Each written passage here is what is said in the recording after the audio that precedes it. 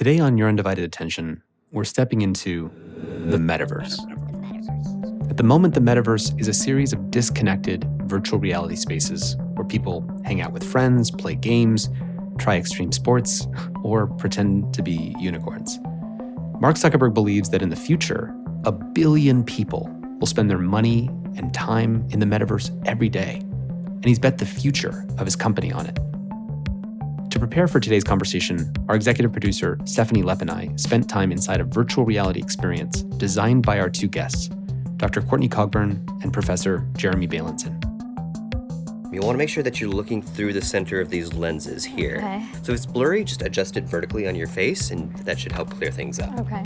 Together, Courtney and Jeremy created a 1,000-cut journey, an experience that puts you inside the body of a young Black man, Michael Sterling, as he experiences racism over the course of his life. Okay, putting on the hand controllers. We're in a moment of opportunity. As you'll hear Courtney say in our conversation, the Metaverse is still somewhat of a blank slate. No one owns it and no one governs it. How might we learn from our experience with social media and anticipate the harms of the Metaverse before they arise? What would it look like to design a humane Metaverse that respects our attention, that improves our well-being and relationships, and strengthens our democracy? I'm Tristan Harris. And I'm Azer Askin. And this is Your Undivided Attention, the podcast from the Center for Humane Technology. Welcome to Your Undivided Attention. I am so excited for today's conversation. We have not covered topics like the Metaverse or virtual reality before, and we cannot be talking about the future of technology that is humane to the society that is riding on top of without talking about where technology is going. And one of the major places that technology is going is virtual reality. And today we have with us Dr. Courtney Cogburn, who's an associate professor at Columbia University in the School of Social Work. And we have Professor Jeremy Bailenson, a founding director of Stanford University's Virtual Human Interaction Lab. Welcome, Jeremy and Courtney. Thanks for having us. Yay. Hey, hello. Super excited for this conversation today. And, many listeners might be thinking to themselves, are we really going to live in a future where we live with TVs on our faces for hours a day, as Elon Musk kind of said? But just to cite why this conversation matters for people. Bloomberg Intelligence has estimated the market opportunity associated with the Metaverse is nearly $800 billion in annual revenue by 2024. McKinsey says the Metaverse could generate up to $5 trillion in economic impact by 2030. And Meta just sold its first ever corporate bonds to raise money for its Metaverse project. That's Meta, Facebook. And Aza and I actually have friends who know Zuckerberg and heard that during the pandemic, he spent a lot of his time inviting his friends to join him in the Metaverse. And he was sitting up there probably in Montana or wherever he was. And he was playing the Metaverse hours and hours a day. And the reason for that is that he has banked the future of the company on virtual reality succeeding. If you especially consider that, the stock price of Facebook has tanked and been, cut in half since October 2021. So I thought I would open, Jeremy, by asking you actually had Zuckerberg visit your lab in 2014. Let's set the stage for listeners about kind of how did we get to this moment where VR is not just this momentary fad, but how do we compare Zuckerberg's focus on the metaverse and VR now to when you met him in 2014? Yeah, so thanks for that lead in, Tristan. So I run a virtual reality lab. It's a physical place, and we do lots of research there. But we also do outreach. So in any given year, we'll have a couple thousand people that come to the lab. They could be government officials. They could be third grade kids on a field trip. They could be CEOs of companies. They could just be somebody who's wandering through the building. And when we hosted Mark in 2014, we brought him into the lab and we showed him all the demos that we tend to show on these tours. We had him do climate change simulations to learn about the future. We had him walk the plank, which is a demo that shows you something called presence, which means that the plank, it feels like it's a real pit and you actually get scared and aroused. We had him go into a virtual mirror and to change his identity to learn about things that we'll talk about today. So he did all the tours and got a real sense of what immersive VR is. And then we talked about technology applications and how a company like Facebook might use this technology in their business model. he came prepared with lots of questions. He was a good scholar about VR. I'll say he's what we call high presence, meaning some people just get VR and it really affects them. Some people actually don't get the medium. It's not for everyone. And for example, when we do the plank demo, we hit a button and the floor drops. You feel vibrations on your feet and the spatialized sound. It's a pretty intense moment. And in that moment, he put his hand to his heart and his knees buckled a little bit and really got that. The surprise to me was we hosted him not knowing anything about their interest to actually purchase Oculus, which was a small company that made this VR hardware. Facebook bought Oculus for about $3 billion a week later, and I actually had no idea he was there on a due diligence fact-finding mission for Oculus. We were just there like we do with anyone that comes to the lab, teaching them about the medium, answering questions. Yeah, I remember when I first encountered your work, Jeremy, it was at a Children and Screens conference in Irvine, California in 2015 or 16. I heard you speak, and you talked about this first experience, just this moment of walking the plank and how, you hit a button and suddenly the ground disappears beneath your feet and you're just on this one single plank. And even though you're sitting in a room, in a physical room, you said in that talk, your brain doesn't know the difference between the feeling that you're experiencing through your eyeballs. Your eyeballs are feeling that you are in this high altitude plank and you can fall over. So if someone pushes you, you will kind of flounder as if someone just pushed you off of a plank. Yeah, look, the first plank I did was in 1999. The resolution was ridiculously low. The frame rate was less than 30 times a second. The latency was about a quarter of a second. It was the most ridiculously lo-fi VR experience you could ever imagine, and I was terrified on that plank. So, we like to say that the brain treats these experiences in a similar way to the real world. As I get older, my language has evolved, and how I describe it, I tend to be a little more careful than perhaps some of my early talks. But Tristan, that's exactly it, which is that when VR is done well, you don't know it's a medium. The media disappears. Right. And that's what we want to get into today, especially as we turn to Courtney's work. But I first wanted to just refer everyone back to the work of Marshall McLuhan, who said that the medium is the message. A lot of people get confused by this statement. And McLuhan further refined his statement when he said that our conventional response to all media, namely that it is how they are used that counts, is the numb stance of the technological idiot. For the content of the medium is like a juicy piece of meat carried by the burglar to distract the watchdog of the mind. And I think that it just really speaks to what we really want to get into with this podcast today, which is that this is a new medium. And when we talk about humane technology, what we're really talking about is humane or conscious medium design. How do we consciously make mediums that symbiotically ride on top of humanity and bring out hopefully the light triad rather than the dark triad of human psychological characteristics, and especially empathy? And so, Courtney, I wanted to turn to you. I would love for you to explain what a 1,000-cut journey is. I did this experience in your lab in New York City. But just to introduce yourself and your background for listeners and how you decided to build this 1,000-cut journey experience to build empathy, which is one of the key things that this medium really can deliver. Sure. I think media in general, mass media, is such an important component of our lives, right? The average adult consumes about 9 hours of media a day. We have some sense of how that affects people psychologically, their behaviors, their decision-making. We know less about the effects on their health. And we're definitely in new territory with VR in terms of how are we really affecting people when they go through these deeply immersive experiences. So for me, I'm a psychologist by training, but really would describe myself as transdisciplinary, working across multiple disciplines and methods.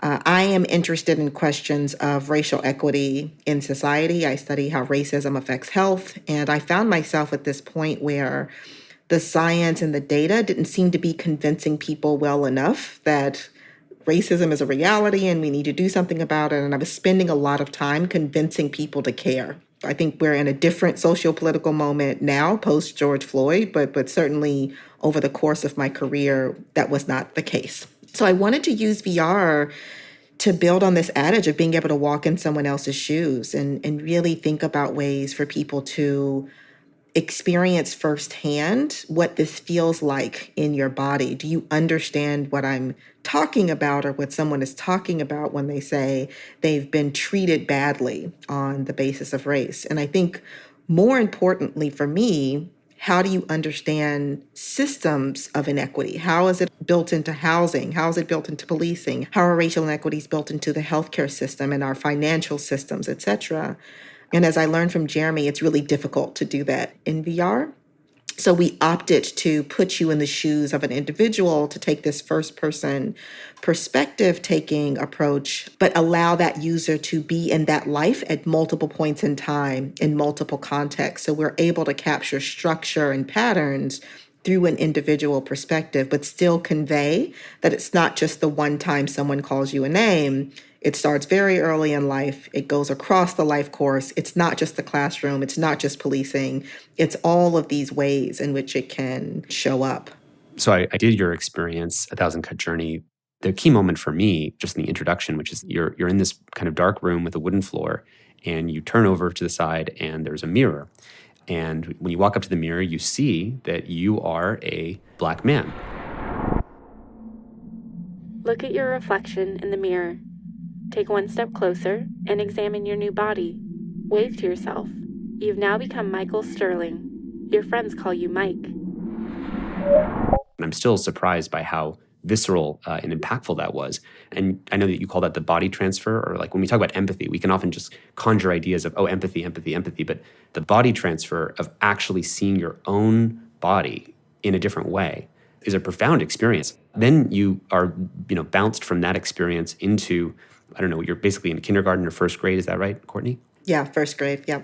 Yeah, and you're playing with blocks, and the teacher starts basically yelling at you, and the kids are making racial statements about you.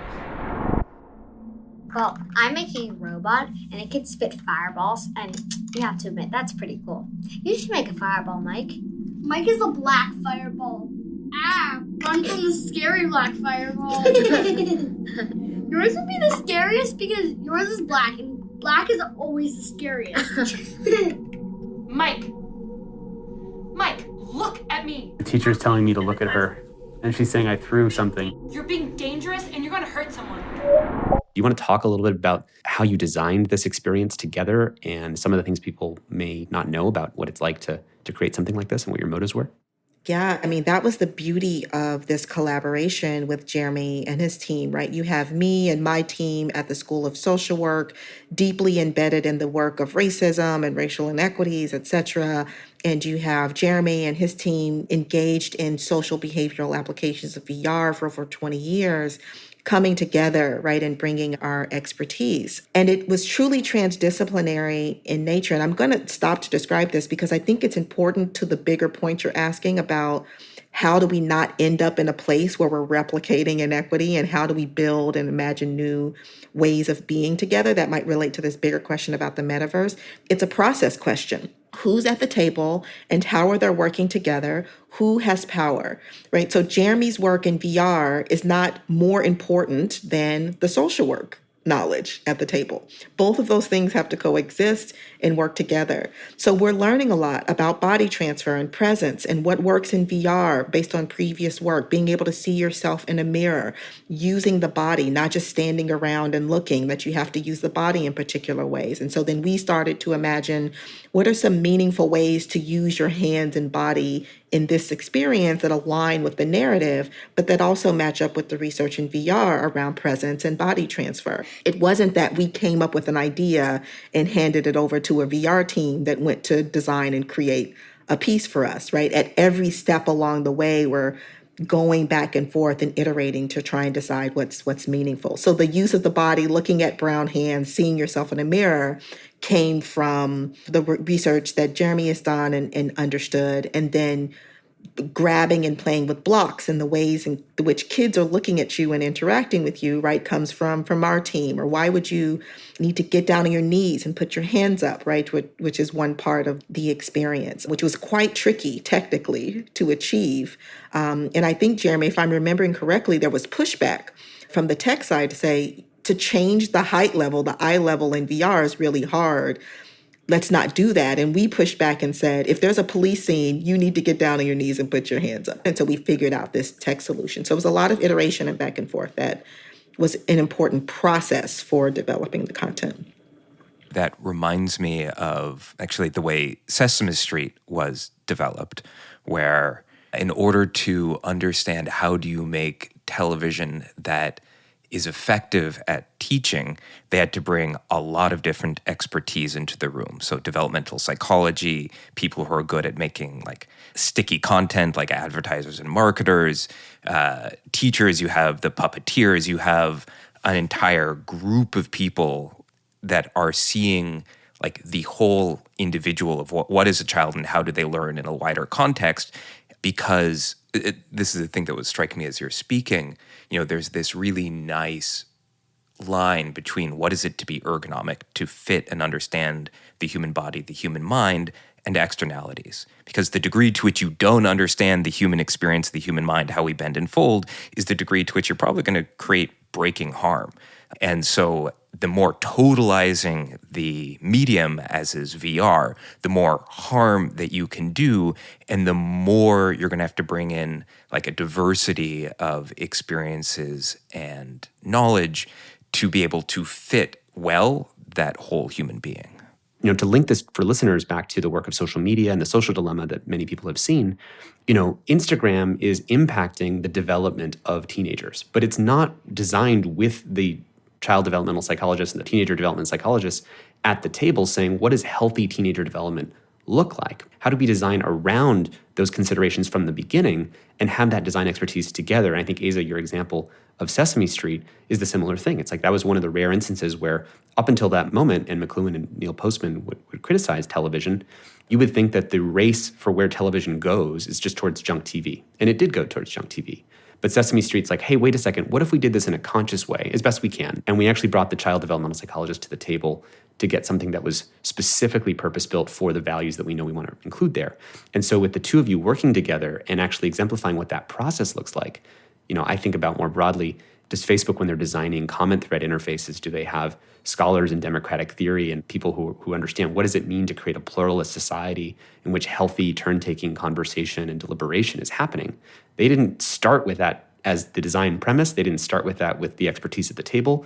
So what we're really trying to say here is like, okay, what can we learn about doing this the right way, especially since we have a brand new medium that didn't exist before? So I'd love to hear anything that brings up for you. Yeah, and it's easier, frankly, when you have Sesame Street. You have a very specific target audience that you're trying to help develop healthy citizens of society who are caring of other people, right? You have clear goals, clear outcomes, and a clear target group. It's easier to define who you need at the table at the very beginning. When you're trying to influence all of society, the scope becomes very, very different. And it's difficult to anticipate until you start negatively impacting teens that you need to have someone on your team at the beginning. But there are people who understand inequity, marginalized groups, who's most vulnerable, who's going to be most negatively impacted. And if those people are at the table at the beginning, they're more likely to raise the concern and the red flag earlier at the beginning, rather than bringing them in after you've already caused harm. But ultimately, that also doesn't matter if the end goal is profit and money, right? That I can raise red flags all day, but if you're not interested in building a healthy democratic society, if that's not your number one priority, you're interested in market share of the metaverse, then it may not matter that I'm at the table, right? So there's a shared value system that's important here as well. So when Jeremy and I work together, if I had just gone to a straight up computer scientist who knew how to design VR, who could care less about racism in society, this may not have worked very well. That may not have been what they're particularly interested in. We don't have a shared value system. So Jeremy didn't need an expertise in racism, but it was clear that he cared about it. It was clear that he thought it was important. It was clear that he respected my work and expertise, so that when I did say something or offer an idea, that it was received with that in mind. Courtney, one of the things that's impressed me most about the last few years was this incredible study you've done at Columbia where you've made Thousand Cut part of the curriculum and followed a cohort over time. So I think in answer to the question, one of the things that we're doing to think about bad possible effects of Thousand Cut is studying it out in small field studies before we release it to the world. So Courtney, maybe you could tell us more about what we've learned there. Yeah, I think Jeremy and I both being at the root psychologists, although we've both meandered into various fields and disciplines since then, is that We want to understand what effect we're having on people. And I think in the studies that we've designed, we had that in mind, and are starting to get a sense of not just things like empathy, which I think is important, but I think is a limited frame of what VR is capable of. I've been really interested in how can we shape the ways in which people understand society and analyze structural problems, not just how I feel when I experience racism. What is your relationship to racism? We all live here. We're all a part of this system. So it's not just sort of looking at the target group and how they feel and what they're experiencing. It's actually looking out at the context and saying, how did we get here and what can we do about it? And in order to intervene on the problem, you have to understand the problem. And so I think we're getting some evidence in our empirical work that in a short period of time, we're shifting people's willingness to identify race and racism as factors that we have to account for.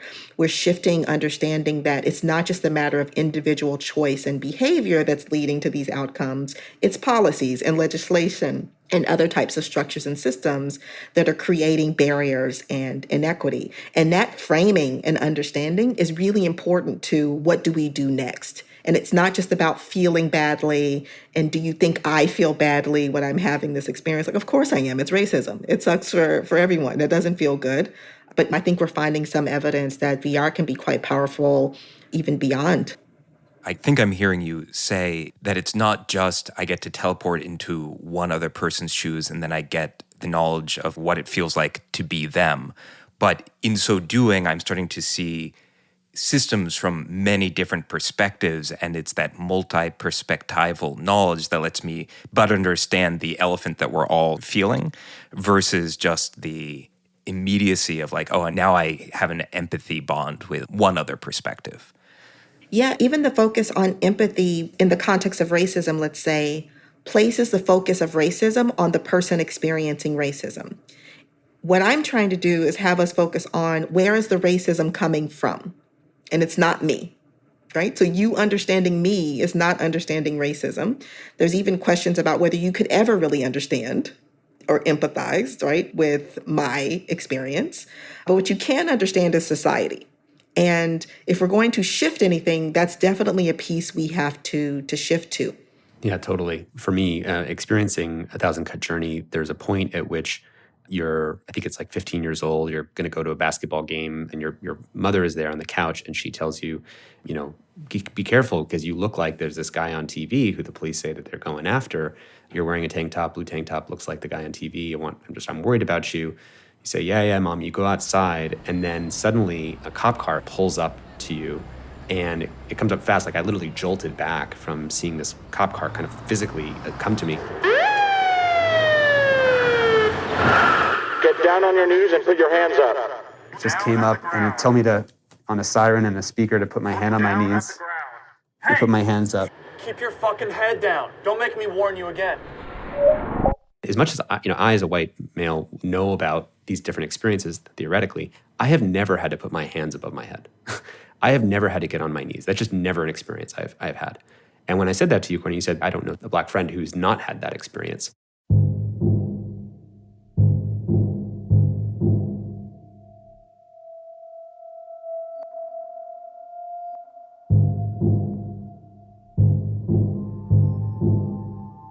So Tristan and I are going to take a brief interlude, and then we'll get back to our conversation with Courtney and Jeremy. First, we haven't really defined our terms yet. So what is the metaverse and how is it different from virtual reality?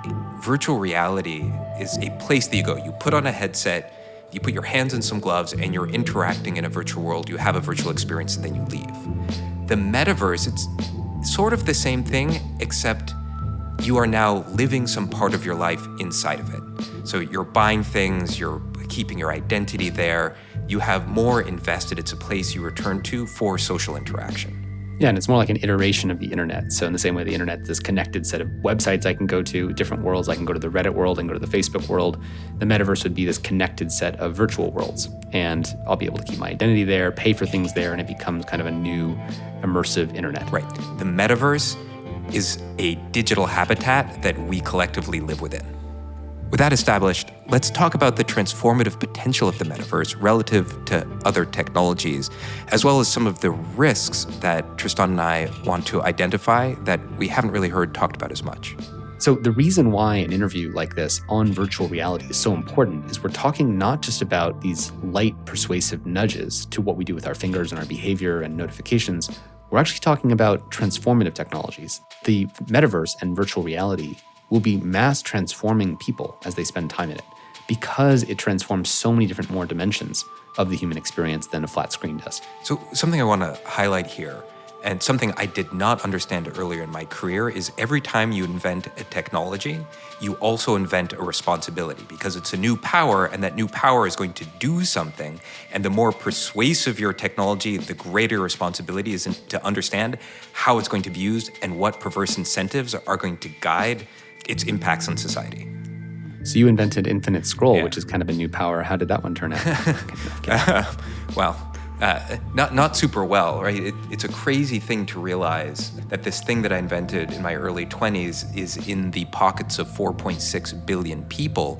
I didn't realize when I invented it that actually it was going to become a pawn in a larger game of extracting engagement and time from people. So if I could roll back the clock, what I would say is, when I invented infinite scroll, I had a responsibility to invent regulation, philosophy, to bind the way that infinite scroll would be used. Now, that's a hard thing, but note, if we don't do this, as the power of technology continues to go vertical, the externalities, the bad things that happen, are just going to break us, or break our societies, break our relationships.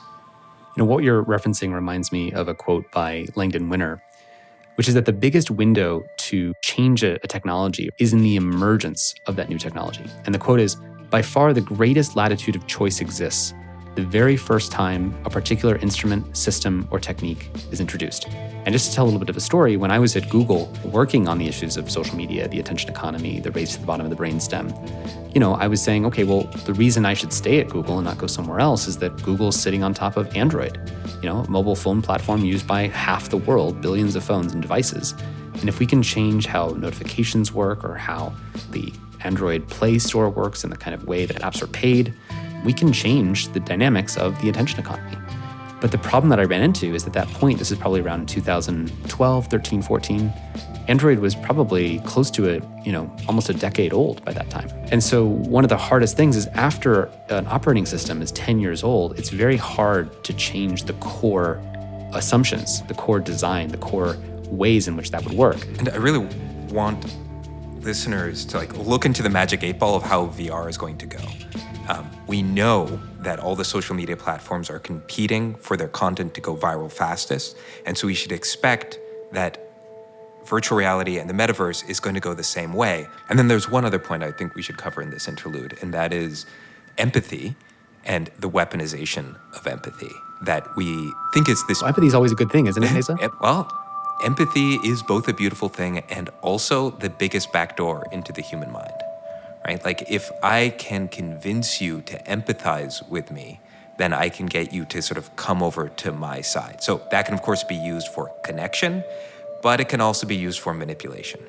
And virtual reality is going to make it easier than ever to have people empathize with people. I forgot the paper is, we looked at it a long time ago about AIs that can generate trustworthy faces. Mm-hmm. Yeah. We can actually now generate an artificial face, a face of a person that never existed, and the AI can predict how trustworthy a person will find that face. And then we can do that personalized increasingly for each person. So trust and empathy, as we can increasingly hack these human vulnerabilities, what Yuval Harari calls the hackable human, hacking human beings, as the human becomes increasingly hackable, we have to start protecting more things. And this is just something that we always deal with. The law moves slower than tech.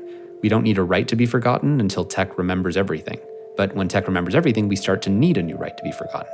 And the problem is, as tech is continuing to develop more and more capacities, we're going to need more and more rights, more and more protections, more and more guardrails.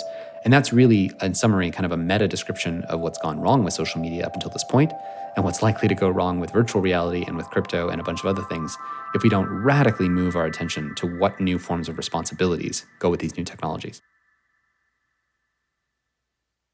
So we want to ask the question, why should any of this matter to a regular listener out there who's saying, well, this all sounds like something that's in the future. Am I really going to put a TV on my face and wear it for hours a day?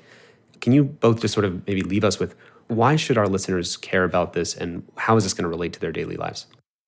Last year, in 2021, we don't have an exact number of headsets sold. Our best guess is there was between 15 and 20 million headsets for VR sold in the United States. So it's not at the trajectory like a hockey stick that you see with social media where we go from 0 to hundreds of millions. However, we're starting to creep up at numbers where you probably have a family member or someone you know that has a VR headset. Could be the Quest 2, it could be the PlayStation VR, but these headsets are starting to leave the labs and enter our living rooms. Yeah, I like Jeremy's position on this, the importance of understanding VR and the metaverse before it's in every household, right? What is the effect on kids? How long should we be in VR? What is the effect on attention span and belief systems and identity? So I think we need as many people engaged and thinking about this and aware that this is coming and really understand the scope of investment that's being made into this space. I think we have to anticipate that this will be a part of our lives and not wait until it is a part of our lives and then try to backtrack. Yeah, just to layer onto that, I talk to many parents who feel the pressure, come Christmas, what's the $200 gift I'm going to give my kids? And a lot of them are giving their kids VR and they're not saying, is this really what's good? It's just kind of the next thing to buy. And then once it becomes the thing that all the kids get, then it's like, I'm going to be socially excluded if I'm not on it. And that's what happened with social media, right? It's not about an individual who's addicted to social media. It's that it becomes the basis for social participation. It's where social participation happens. And so in this arms race, this is the key moment where we get to actually decide, how do we want this to work in our lives? What is the ethical and humane version of this symbiotically riding on top of the back of society, and meaning VR plus society equals a stronger society in the real world versus VR plus society equals a virtualized society that has less contact with the real world in the first place? We talk about in our work on social media persuasive technology, and people are familiar with the idea that technology can be persuasive. And oftentimes, I want people to think about a spectrum of how persuasive a new medium might be. Writing and reading text in a printed book is persuasive. I can have rhetoric that causes you to feel and think things. It's the degree to which I'm able to write those words down and elicit the reactions from someone. That's a persuasive medium. When I can get access to the visual part of your visual cortex with television or with imagery, I can persuade you more. But in terms of the spectrum of persuasive capacities, with social media and interactivity, when you're Facebook, you're designing social awareness cues. Is the other person online right now? Do they have a green dot next to their name? Did they read the message? Checkbox, they saw this message. Does that create social pressure of, they read this message, now I feel like that person's going to feel like they have to get back to me because I know that they know that they've read the message, so now they feel pressure to kind of respond to me. These are the dimensions of a persuasive axis. And virtual reality gives new dimensions of persuasiveness up for grabs in the design experience. And I thought it'd be important just to distinguish the different levels of persuasiveness in VR from other experiences, including what the impacts of that are. So you can have more lasting impacts on memory. It's more likely to change future behavior. I'd love to just walk through with both of you some of those differences in what you can get as persuasiveness of VR compared to, say, the persuasiveness of social media. I think when we're thinking about these broader sort of social impact, identity formation uses of virtual reality, we don't only have to think about what happens in the headset. We can also think about what we do with people outside of the headset, to reflect on what they just did, to journal and write about it, to read a body of literature related to the thing that they've gone through. That starts to shift what we're thinking about in terms of influencing and shaping people. So yes, do we understand that if you go through this experience, can you plant a false memory? What does it mean to go through an experience like in the ways in which we're trying to, connect it to a course here at Columbia, where you sit and reflect carefully and read and dialogue with other people who have also gone through the experience? The effect on you potentially changes and becomes something really, really different when you use it in that way. So, validating, we should absolutely understand these effects. And then we're also not restricted to what happens in VR in order to think about the effects that we can have on people. So supporting independent critical thinking based on existing knowledge is also a piece that might complement VR that could also be really powerful. Yeah, you're making me think about the difference between a hit and run experience where I just quickly put on the VR helmet, have it, and then I'm done and I move on to the next thing in my life versus, you just think about the power of large group awareness trainings like Landmark or in psychological counseling, just getting to hear what 10 other people are experiencing totally deepens and changes the way that I reflect on my own experience. It has incredible power. It can shift identities. It can plant false memories. It can do a lot of different things. It can change your embodiment. But what is the right relationship between how and where VR fits into a society that is actually integrated and healthy and humane? And what I'm hearing from you now is you wouldn't just have people pop in a VR experience, do a thing, and then kind of go back to their lives. There would be a way in which we integrate VR into the learning that is the telos of the experience. So what would it mean to integrate this with literature and reading about institutional racism and examples of other people and other videos and material and other conversations with folks? So as we're thinking about, we have many policymakers who listen to this podcast. We have many technologists who are working at the major companies who listen to this podcast. If we were to imagine and envision a right-sized relationship where VR is healthily integrated into society, what are some of those additional structures that we would want to have it be the right thing we want? From my perspective, there's no one answer to that, right? It depends on what it is you're creating and what it is that you're trying to do. I think some VR gets created for maximum emotional impact. I want you to cry. I want you to be scared, right? And I don't care what happens to you after that. That's the effect I want while you're in this headset, and I'm going to design accordingly. When we designed a 1,000 Cut Journey, we weren't thinking of it as a standalone experience necessarily. The way I've described this in early thinking and talks about this is I wanted white people in particular to come out of the headset and say, I thought I understood this, but I don't. Designing with that intention is very different than I want you to cry and feel really bad about racism, right? And so Jeremy and I are continuing to try and wrap our heads around what do we do with people when they come out of this headset, or what can we do with them inside of the headset to help them reflect and make meaning out of what they've done. Those are design decisions, and it depends on what it is that you're trying to do, but that intention and designing accordingly I think is really important. Yeah, I'm thinking about, cars without seatbelts versus cars with seatbelts, where you're changing the shape of the artifact, the shape of the technology to layer in the extra values, which is safety. Safety isn't just, hey, I'm putting my hand on the steering wheel and it's up to the developmental level and consciousness of the driver. We should also change the shape of the artifact. And even when you don't put the seatbelt in, do a little 5 beeps on the sound, which is a little persuasive technology there to kind of remind you, a little nudge, to put that seatbelt in. And I'm thinking, what would an integration belt for VR look like, where we don't make the mistakes of smartphones turning into social media phones? And then just to complicate the equation, one thing that we think about in VR is the perceptual arc of an experience. So you've got a narrative arc, and Courtney's talking about maybe you want to inspire someone to have an emotional reaction of a certain time, but there's also VR is pretty intense on the perceptual system. And so in my lab, we've got a 30-minute rule, and people are always surprised to hear that, which is after 30 minutes, I want you to take the headset off. I want you to go get a glass of water. I want you to go touch a wall, talk to a human being. But, that, as you said, that's a really blunt tool. And, people are often surprised who are VR enthusiasts because, I use it for hours at a time. And so one thing we're working on is, how can you design a VR experience to minimize what's called simulator sickness, that kind of wonkiness you get after wearing a headset for half an hour? And when an experience, should there be any camera movement? And if the camera's moving, it should be translating, not rotating, and at a certain speed. And we're building models now of how to extend that out a little bit. So I don't want people in headsets for hours a day. I really don't. It's not how we've designed the purpose of our lab. It's really about experiences that are designed to help you rethink a certain situation, to give you a new skill. But I like to think of it for, a 30-minute chunk here and there. One of the places I want to bring this is back to a conversation about the medium versus the specific messages. Because what I heard you say, Courtney, was how the medium is used sort of depends on what message, what experience you're trying to craft, and then you have to carefully craft that. What structurally happens to us, or does VR do to us as a society as we start to adopt it? Well, look, I love the question and I love the forward thinking. And what I'll say, what we know is that VR lacks large-scale empirical study.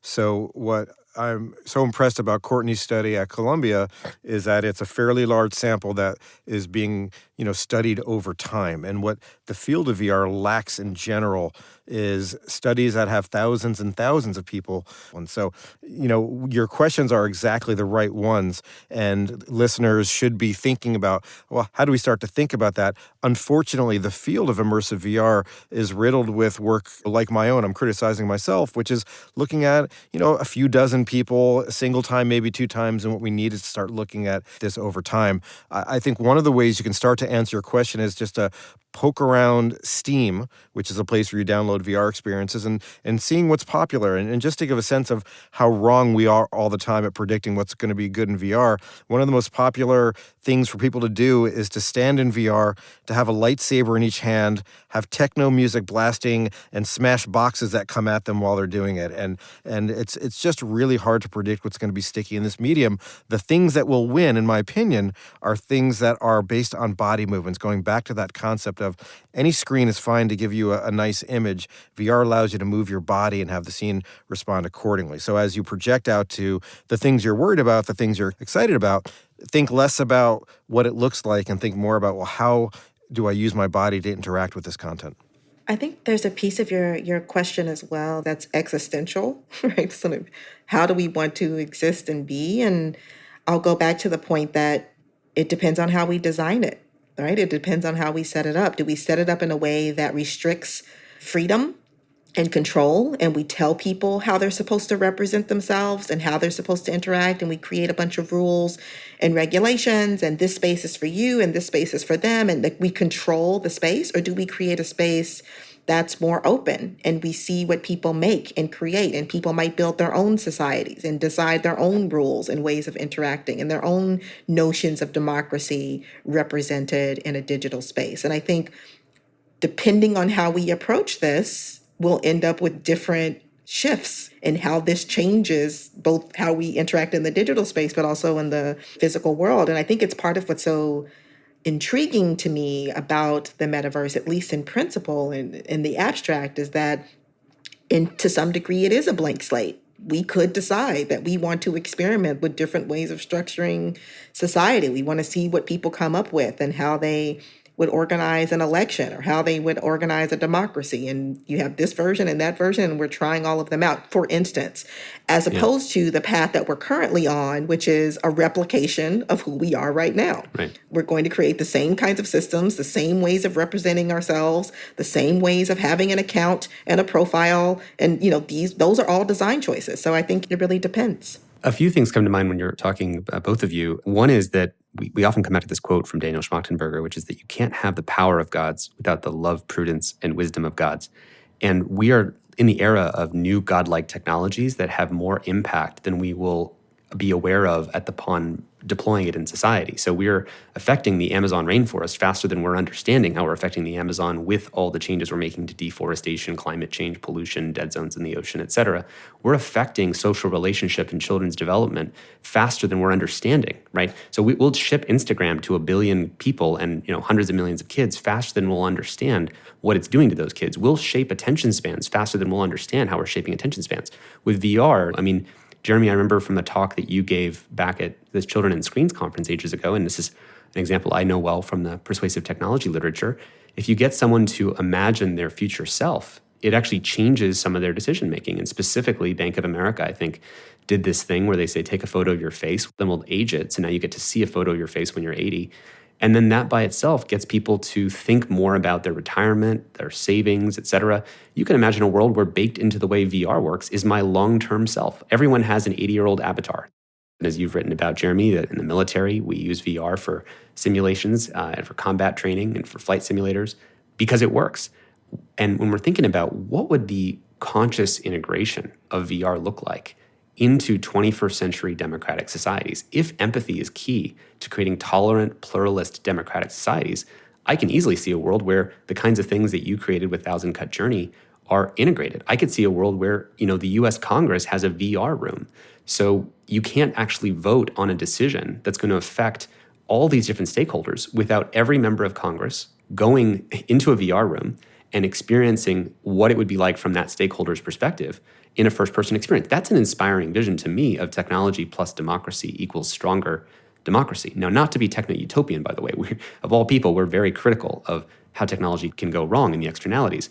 But I both wanted to kind of make space for what are some of the unacknowledged risks that we need to be thinking about. When I mentioned that example of like the VR room in Congress, what would that look like? What do you imagine the kind of right sizing of how technology can actually affect policy in an effective way so that we're not just using it for better empathy for personal experiences, but we're systematically making those changes that we want to see? I think the biggest risk is putting the design of this into the hands of a narrow group of people. If white, straight men are the only group of people deciding how we're going to exist and be in the metaverse, we're going to recreate the same stuff we have right now. We will never explore the boundaries of what we could make and how we could be. And so diversity is not just in vogue or niche or a cute thing. It's critical. It's critical that the ability to design is put in the hands of as many people as possible and see what they come up with. That's when we'll exceed the range of what's possible. But if there's a small group of people who have the power to determine what my avatar looks like, then that's what we're going to get, their vision of the world. Ruha Benjamin at Princeton likes to say, what is it like to live in someone else's imagination? That's exactly what we'll be doing. We'll be living in the imagination of a small group of people, and we'll never understand the range of how we could actually be and how we could actually live. And the metaverse is potentially, VR is potentially an opportunity to reimagine and redo and transform. How different would TikTok be if the leadership of TikTok were all mothers of teenage daughters? We know teenage girls have a problem with Instagram. If the entire design team was made up of mothers of teenage daughters, how quickly would that problem get addressed? And that's skin in the game decision making. The people who are in the design position have direct skin in the game, and so they're likely to change it. One of the interesting things about VR is that for a person to have skin in the game, usually they have to have a personal stake in that problem. VR can actually extend skin in the game. So now I have virtual skin in the game because I can experience it. If I'm saying don't vote for a war that my own children won't fight in, that's skin in the game decision making for Congress. If I say don't vote on refugee camps until you've actually visited the refugee camps, well, now you can do that virtually. So we can have a world where people are voting on refugee camps, climate change, coral reefs, institutional racism, and actually have direct experiences if you had that kind of VR room. Jeremy, you want to jump in? Yeah, so I want to give two examples of your congressional lawmaker VR experience that we've actually done. One in the U.S. Senate and then one in Palau. And I'm going to start in Palau because it's actually a bit of a success story. We went to Palau, which is an island nation in Micronesia. They have about 20,000 citizens, but they get about 100,000 visits from tourists each year.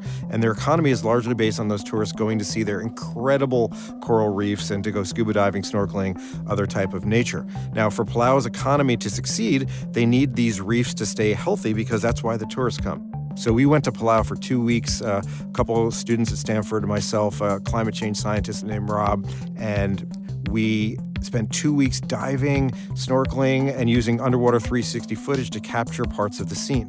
One of the places we went to was Soft Coral Arch, and in Soft Coral Arch, they have this amazing flowery coral that only grows in the shade. And because it's an arch, it's a destination for people all around the world. So we got there at about 7 in the morning, and we filmed it underwater pristine, meaning there was no one there, and it's just awe-inspiring. The first tourist boat at 7:30 gets out, and there's 40 people that get out in the water. They're snorkelers. A lot of them can't even swim. They're on these rafts, and you can see their fins just kicking and dislodging and killing the coral. We got it all on tape, and that wasn't a rare event. That occurs from 7:30 a.m. till about 6 p.m. every day. The fascinating part of the story is that we had the opportunity to present to about 90% of the lawmakers of Palau 3 or 4 days later. So Elise Ogle and Tobin Asher, they pulled an all-nighter and they built a VR scene that showed the before and after, that showed the pristine spot and then the tourists that were destroying the coral. The first thing to note is that most of our lawmakers that experienced the VR, they had actually never just experienced the awe of being in this amazing spot. They knew of Soft Coral Arch, of course, because it's an economic tourist destination, but they'd never been there. So just hearing the utter connection they were making with this spot in their country was pretty neat to see.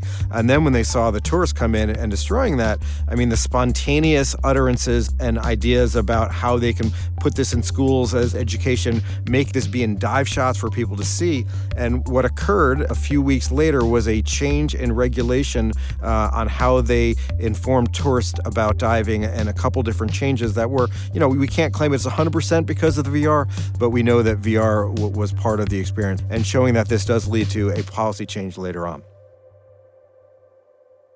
The fail that we had was going to the U.S. Congress, and we were lucky enough to work with the Ocean Conservancy, and we set up a VR demo at the Senate. And we had a bunch of senators come through.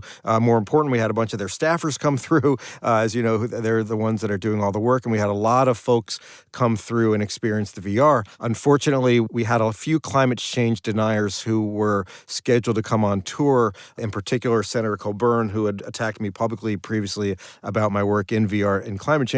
Most of them canceled and didn't come. So it was an instance where we did bring this experience to the Senate floor and gave our lawmakers an opportunity to engage with this material, and just didn't really get the engagement that we wanted. You still know about this election effects, that there's the senators and Congress members that are willing to go in the VR experience, and then those who don't want to go there. I mean, I'd love for you to share a little bit more about, examples of where can VR make the difference that makes the difference? And you actually have a framework also for VR, the DICE framework. I'd love for you to walk the listeners through that. Yeah, so DICE is the acronym we use for when should you use VR? And it shouldn't be used for everything. I don't want you reading your email in VR. I don't want you going in VR to do a video conference. That works pretty well right now, a one-on-one video conference. You don't need to be in VR to do that. So when do you use VR? We like to save VR for experiences that, if you did them in the real world, would be dangerous, impossible, counterproductive, or expensive. And I can break down examples of each of those. Dangerous, what's one of the best examples of VR? Training firefighters, training people who are doing jobs that you get hurt during training. For example, the flight simulator. The way you learn is by doing things, making mistakes, getting feedback, and repeating. And so VR is great for things that would be dangerous in the real world. Impossible. Thousand Cut Journey is an amazing example of this. It's impossible for me to become a 7-year-old black male. So it allows you to do things that are just simply not possible in the real world. Counterproductive. One example of this is just what I talked about with Palau. So we've got this beautiful spot, soft coral arch, and it's showing this damage to it from tourists is transformational in your understanding of how climate change and environment and human interaction with the environment works.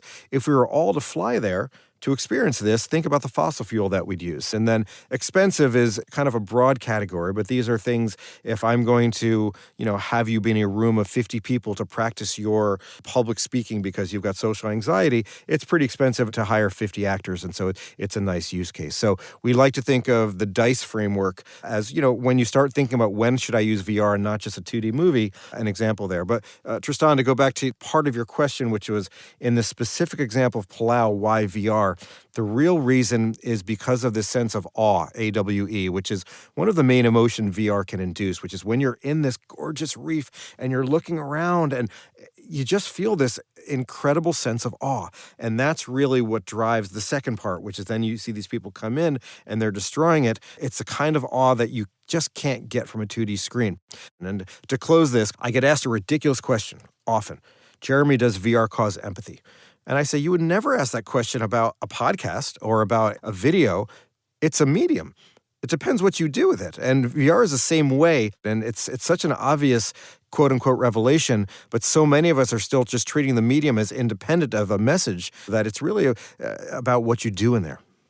I just find it fascinating that there is a measure of how effective a message will be in VR, like how engaged, how much you're looking around. That's, of course, really exciting. And also when I hear that, terrifying, because it immediately makes my mind think about, well, what is the Cambridge Analytica of VR? If I can measure and understand how engaged you are with a message in real time, that's the kind of data that can be used to learn what messages most affect you. And then, of course, you'd expect that to be used by whatever political powers there are to activate us sort of like emotional tuning forks and find our resonance.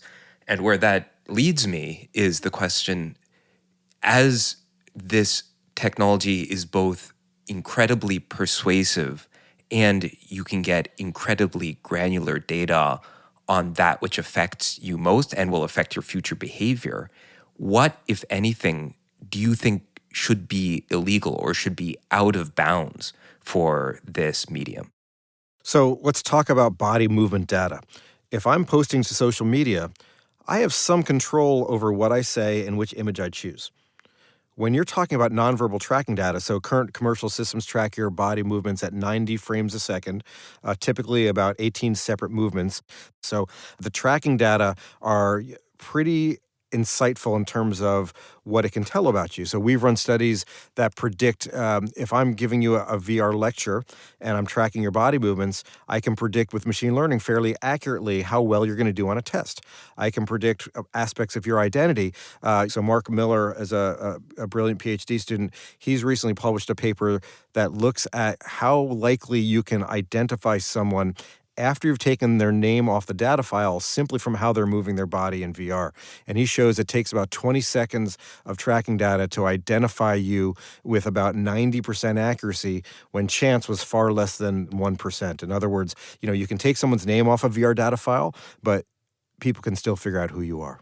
We call this trend the end of the poker face, that as technology accelerates, it will be able to use fewer and fewer signals with increasing AI capacities to predict who you are or things about you. Like Gloria Mark, we've had on this podcast before, did even a study predicting with reasonable accuracy, I think closer to 70%, some of your big 5 personality traits just by looking at the way that you move around in a computer screen, like the timing of how you use the back button in a browser and going back and forth and switching between windows. You can predict someone's personality traits. In China, they have this gait detection interface where you, just by looking at your body movements and walking with 94% accuracy, can predict exactly your identity just on how you move.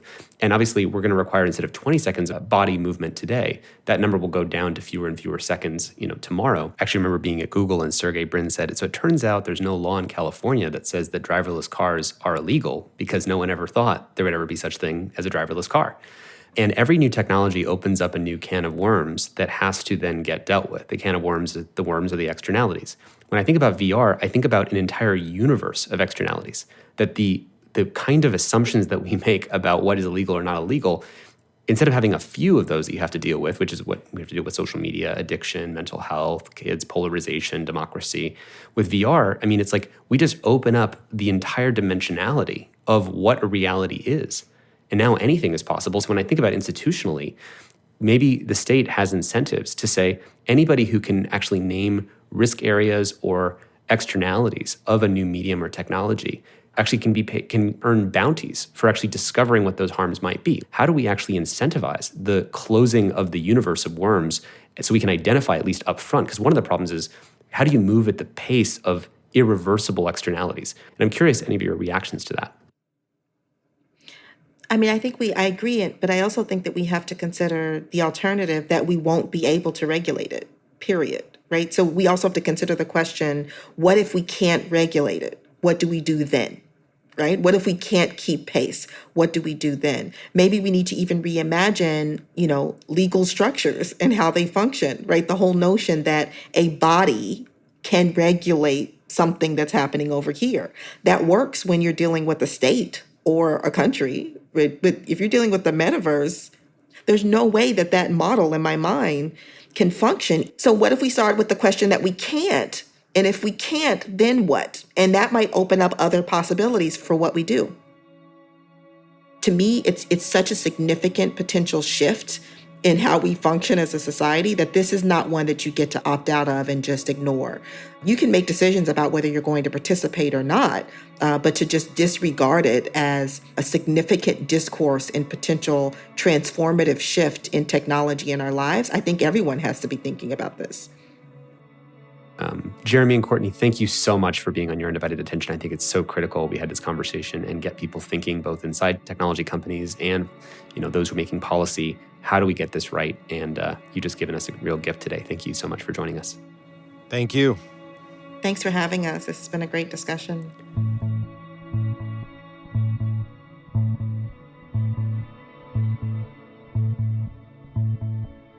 Dr. Courtney Cogburn is an associate professor at the Columbia School of Social Work, where she directs a research group that investigates the effects of racism on mental and physical health. Her research also explores how emerging technologies like virtual reality can lead to changes in attitudes and social perception. Courtney is the lead creator of 1,000 Cut Journey, an immersive virtual reality racism experience, which premiered at the Tribeca Film Festival in 2018. Your Undivided Attention is produced by the Center for Humane Technology, a nonprofit organization working to catalyze a humane future. Our executive producer is Stephanie Lepp. Our senior producer is Julia Scott. Mixing on this episode by Jeff Sudekin. Original music and sound design by Ryan and Hayes Holiday, and a special thanks to the whole Center for Humane Technology team for making this podcast possible. You can find show notes, transcripts, and much more at humanetech.com. A very special thanks to our generous lead supporters, including the Omidyar Network, Craig Newmark Philanthropies, and the Evolve Foundation, among many others. And if you made it all the way here, let me just give one more thank you to you for giving us your undivided attention.